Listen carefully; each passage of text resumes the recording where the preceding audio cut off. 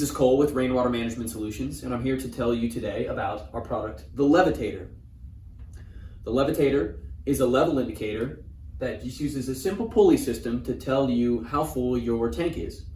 So here's our tank in purple, and you can see the Levetator is drawn in red. So it has a component on the inside here, and that is attached to the pulley at the top, and there's just a little floating device attached by a cord. And on the other side, you have cord as well, and then a counterweight.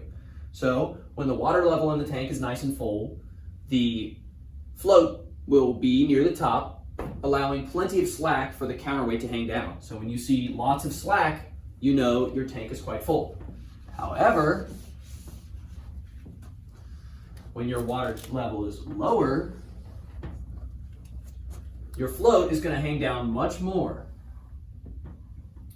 resulting in much less slack on the other side. So when your visible cord attached to the counterweight becomes much shorter, you know your water level is getting lower. So it's just a handy little float level indicator to tell you how full your tank is.